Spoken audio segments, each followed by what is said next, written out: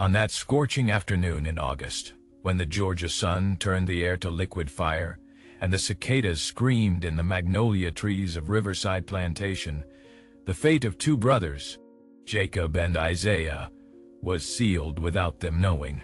For Mistress Amelia Thornton had cast her pale blue eyes upon them both, with a desire that no prayer book or Sunday sermon could ever contain or explain.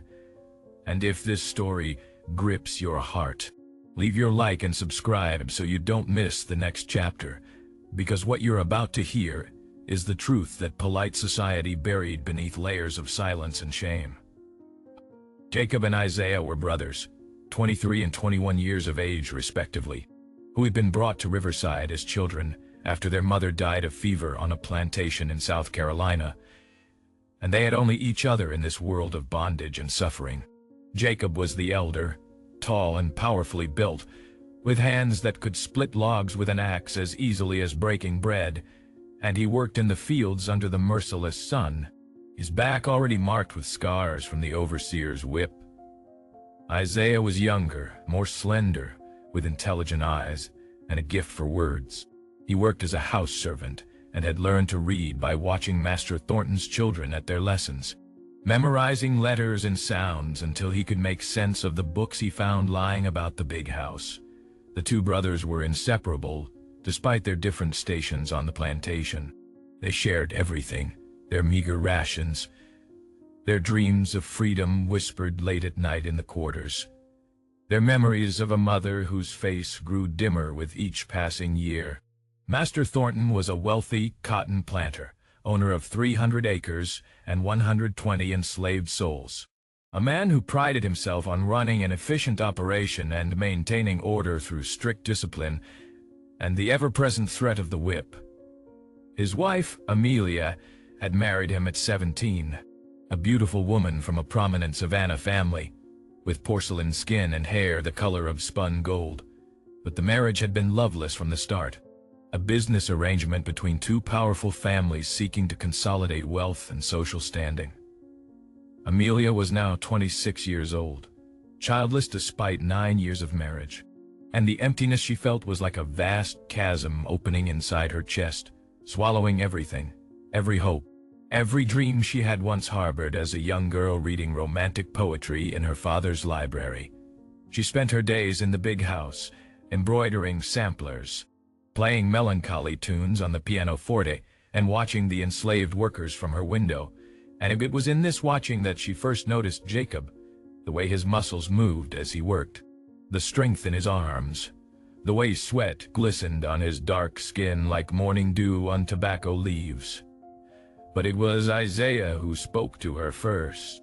One afternoon when Master Thornton had gone to Augusta on business and would be away for 2 weeks, Amelia had sent for Isaiah to bring her tea in the parlor. And as he poured from the silver teapot with hands that trembled slightly, she asked him his name, his age, if he could read. Questions that seemed innocent, but carried an undercurrent of something dangerous and forbidden. Isaiah answered carefully, measuring each word like a man walking through a field of hidden traps. And as he spoke, Amelia found herself drawn not just to his physical beauty, but to the intelligence in his eyes, the way he chose his words, the dignity he maintained despite his chains. She began requesting Isaiah's presence more frequently, asking him to read to her from books of poetry, to discuss the stories, to share his thoughts, and slowly, over weeks that turned into months, a connection formed between them, something that transcended the brutal hierarchy of master and slave, something that was both beautiful and terrible in its impossibility. Who heard this story could not remain indifferent, just as you should not remain indifferent if this story touched you. Leave your like so it won't be forgotten, because what happened next changed everything and deserves to be remembered as long as memory endures in this world. It was Isaiah who first surrendered to what was happening between them. One evening when the house was quiet and Master Thornton was away in Charleston, Amelia summoned him to the library, and when he entered, she was standing by the window in a pale blue dress that matched her eyes, and she simply said, "Isaiah, I cannot continue to pretend that I do not feel what I feel. And I know this is wrong by every law of God and man, but I no longer care."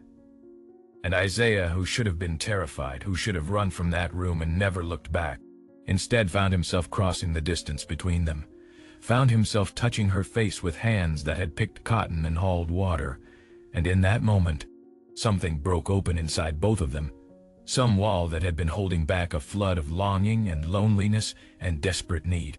They came together that night with a passion that was both tender and fierce, and for the first time in her life, Amelia felt truly alive, truly seen, truly loved, not for her family name or her dowry, but for herself alone.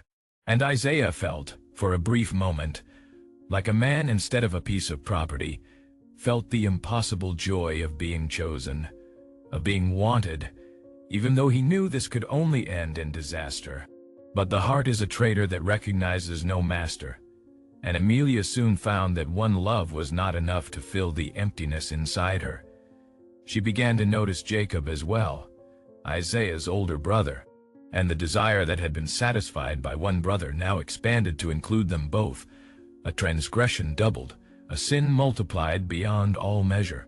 She arranged for Jacob to be brought to work in the gardens near the big house, close enough that she could watch him, and she began sending him small gifts through Isaiah, extra food, a new shirt. And Jacob, who was loyal to his brother above all else, began to understand what was happening, began to see the way Amelia looked at him with those hungry eyes. One night, Isaiah came to his brother in the quarters and confessed everything. The nights in the library, the way he loved Amelia despite knowing it was impossible, despite knowing it could only end in death or separation. And Jacob, instead of being angry, instead of condemning his brother, simply held him and wept, because he understood, because he had felt the same pull toward Amelia, the same impossible desire that violated every rule they had been taught since birth. "She wants both of us," Isaiah whispered into the darkness of the quarters where other slaves pretended to sleep. "She sent word through Dulcie that she wants to see both of us tomorrow night. Wants us to come to her together. And I don't know what to do, brother, because I love you more than life itself, and I love her too, and this will destroy us all." Jacob held his younger brother tighter. "Then we go together.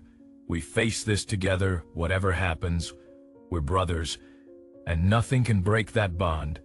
Not even this madness we're walking into with eyes wide open." The next night, both brothers went to the big house under cover of darkness, their hearts pounding like war drums.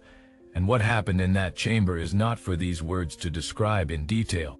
But know that three souls came together in a way that defied every law and custom of the Old South, that Amelia gave herself to both brothers, and they to her, and in those stolen hours, they created something that was both sacred and profane, a love that existed outside the bounds of what society deemed acceptable, or even possible. The weeks that followed were filled with a strange, terrible joy, the three of them meeting in secret, always at night, always when Master Thornton was away, and they built a world within a world, a private universe where the chains did not exist, where skin color did not matter, where there were simply three people who loved each other against all reason and all hope. But secrets in a plantation household are like water in a sieve. They seep through every crack, and it was Delilah, the cook, who first suspected, who saw the way Isaiah and Jacob would look at each other, and then, toward the big house, who noticed the mistress's glowing face in the mornings, after the master was away. And Delilah was a God-fearing woman who believed that what was happening was an abomination, a violation of both divine and natural law. And she went to the overseer, a cruel man named Simmons, who had long harbored resentment toward the house servants for their easier life. And he in turn went to Master Thornton with tales of midnight visits and forbidden passions. The colonel's fury when he returned from Charleston and heard these accusations was like a hurricane devastating everything in its path, was like the wrath of an angry god raining down fire and brimstone. He stormed into the house and dragged Amelia from her chamber, demanded she confess or deny. And she In a moment of desperate courage or fatal foolishness, confessed everything, told him she loved both brothers, that she would not renounce them, that she would rather die than live without them. The beating that followed was swift and brutal, Thornton's fists raining down on his wife until she collapsed on the floor, blood streaming from her nose and mouth. And then he ordered the overseer to bring the brothers to the yard where all the slaves were forced to watch what happened next. They tied Jacob and Isaiah to the whipping post, and Master Thornton himself took the whip, the same whip he used on rebellious slaves, the same whip that had scarred so many backs over the years, and he began with Jacob, the elder brother, each stroke of the whip tearing flesh from bone, and Jacob did not scream. He only looked at his brother with eyes that said goodbye, with eyes that said I love you, with eyes that said be strong. When it was Isaiah's turn, the younger brother who had always been more fragile, the whip fell even harder, and Isaiah did scream, screamed not from pain but from anguish, from the knowledge that everything they had built together was being destroyed, that the brief paradise they had found was being ripped away with every fall of the lash. Amelia, watching from a window where they had locked her, fainted from the horror, and when she woke she was told that Jacob had died from his wounds 3 days later, infection setting in, fever consuming him, and Isaiah had been sold to a slave trader heading to Mississippi, and she would never see either of them again. Never know if Isaiah survived the brutal journey south, or if he died in those pestilential swamps working in conditions that killed most men within a year. Amelia was sent away by her family in disgrace, locked in an asylum for women of unsound mind in Virginia, where she spent the next 20 years staring at walls and reliving those few perfect nights when love had existed despite all forces arrayed against it. And she died there at age 46, her last words being the names of 2 brothers she had loved, more than her own life, more than her own soul. The story of Jacob and Isaiah disappeared into the vast silence of history. 2 more names added to the endless list of those destroyed by a system that treated human beings as commodities, but their love echoed through time, a testament to the fact that even in the darkest places, even in the most oppressive systems, the human heart finds ways to love, to connect, to create beauty amid horror.